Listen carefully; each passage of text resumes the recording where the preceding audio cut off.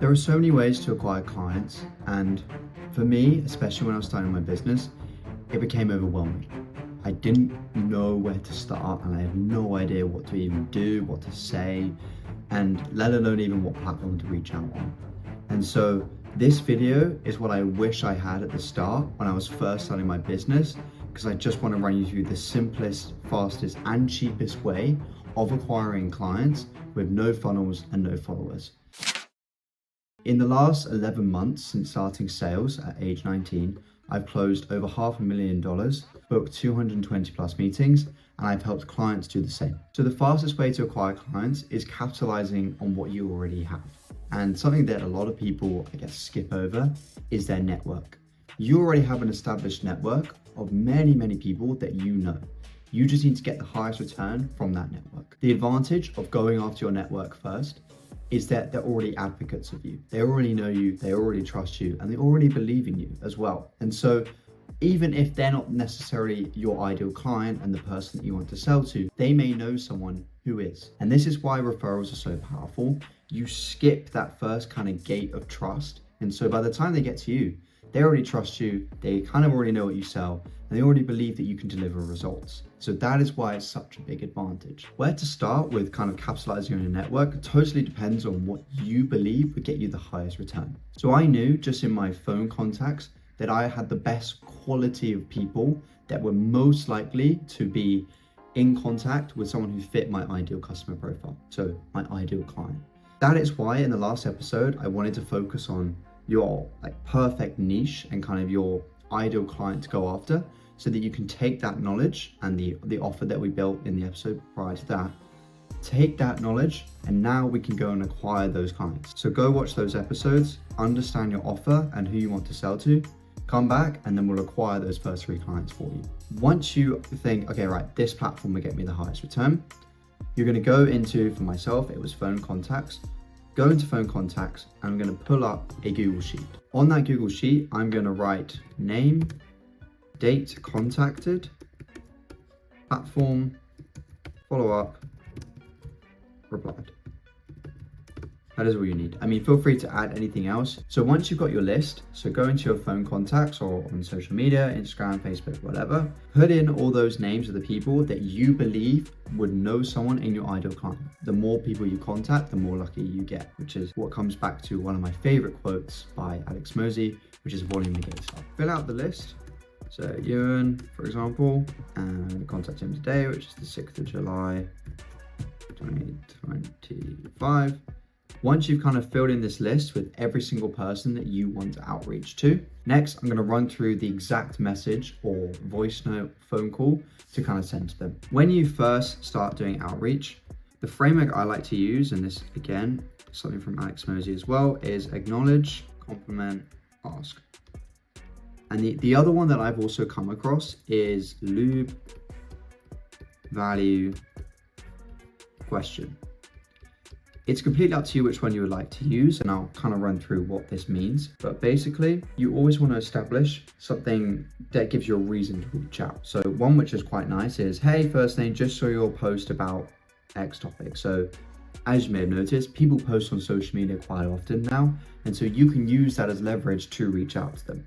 And if they don't use social media, maybe they don't have a post that they posted recently, just find something that you maybe remember about them, or just say, hey, I really appreciated it when I saw you last and you did X, Y, Z, or whatever it is. Just find a reason for reaching out to them.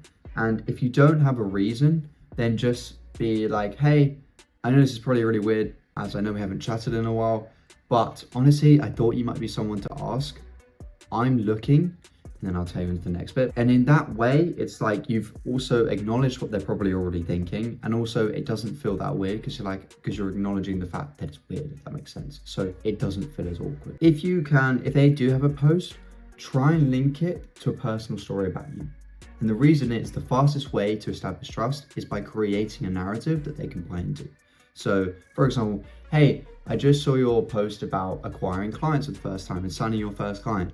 Hey, honestly, I'm also trying to acquire clients myself. I don't quite understand it yet, but I've been looking at all these videos and I'm starting to piece together kind of what works. How did you manage to do it? or whatever it is. Just find a way to kind of link a personal story to the post that they've said, because it's more relatable and they're more likely to trust you in a faster period of time. What you're going to do is, if you haven't chatted to them in a while, have a few back and forth exchanges. 3 to 4 is enough.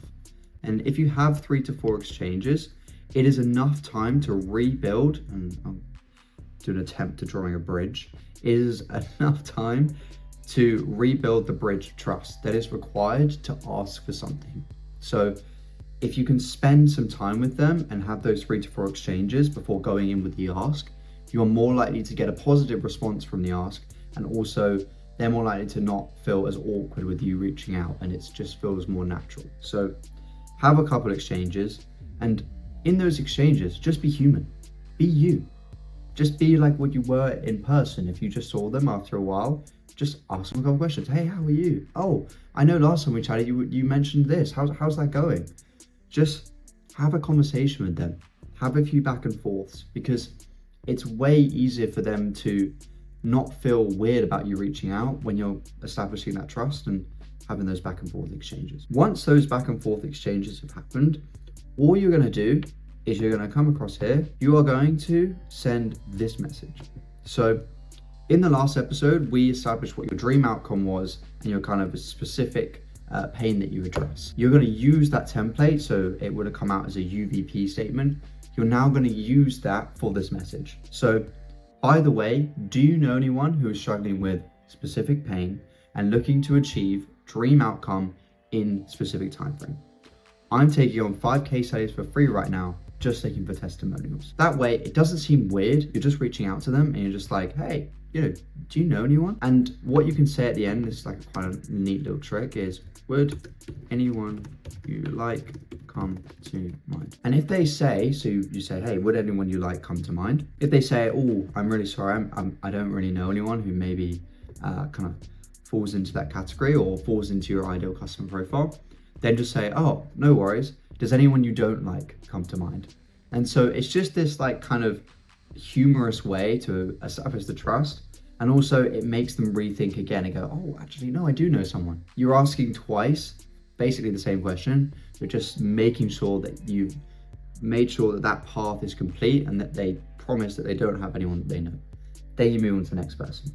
And this is all you're going to do. And the kind of cadence and the recommendation is 25 to 35 messages a day.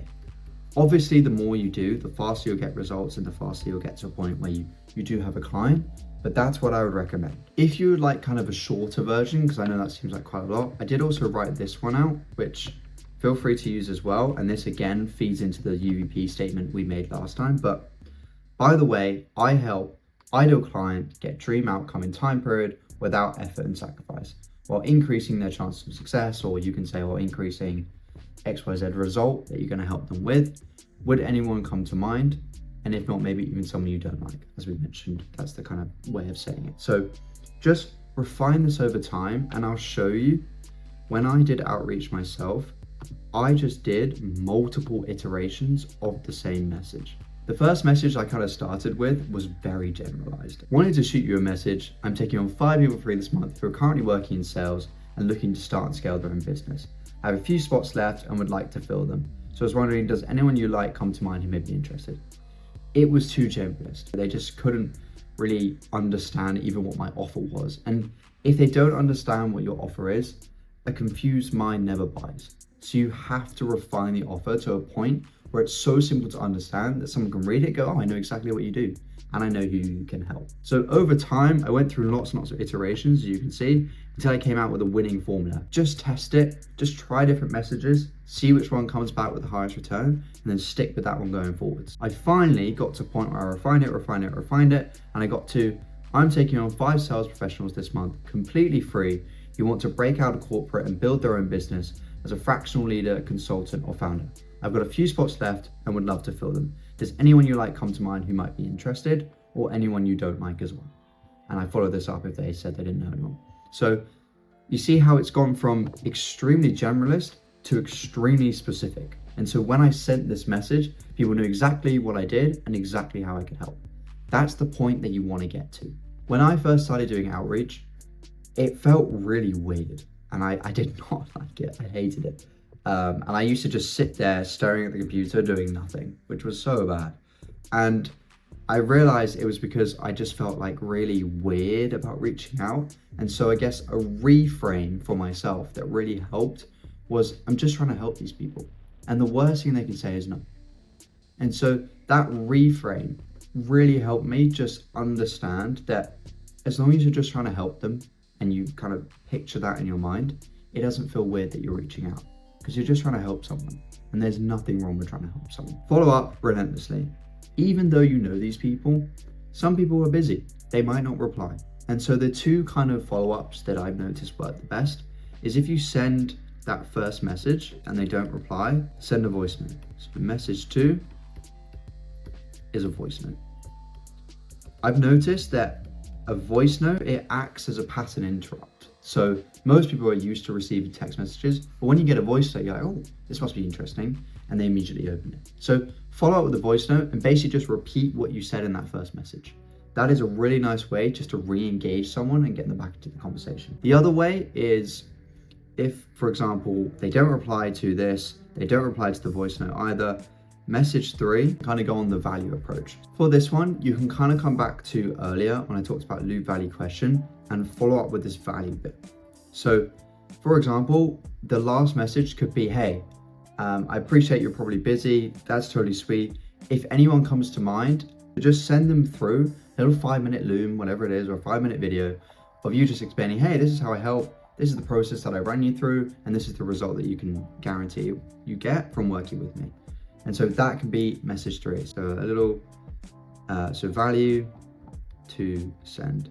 Because the thing is, they may see that message and they may think, well, I don't really know anyone, but I'm interested in the video. And they might watch it themselves and go, oh, actually, I might be interested in this. So even though the approach with this message is to find someone else that they may know who may be interested, they could come back and go, hey, I'm actually quite interested in this. And that's the whole point. And that's something that maybe some people skip over. Just capitalize on your network. Capitalize on the people you know. And that is how you acquire your first client. In terms of timing, first 2 hours of your day, I mean, it depends how long it takes you to do it, spend on this. Sit down and then just send these messages because then it's out of the way. You don't have to think about it. Then later in the day, you can reply to all the responses that you get, which I can guarantee you'll get responses because you know these people. They're not just going to leave you undelivered. Start the day with it. You'll get it out of the way, and you're fresh. Your mind's more creative, and you'll be able to write good messages, especially in that morning period. That is how you acquire your first 3 clients for your business. And if you're thinking, well, why am I doing this for free? If you've never sold anything before and you've never delivered your service, you have to do it for free.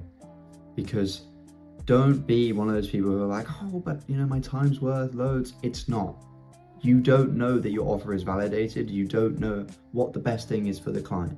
If you do it for free, even for a month, you can get feedback, you can get case studies, you can get testimonials, you can get all this evidence that your offer is as good as you say it is.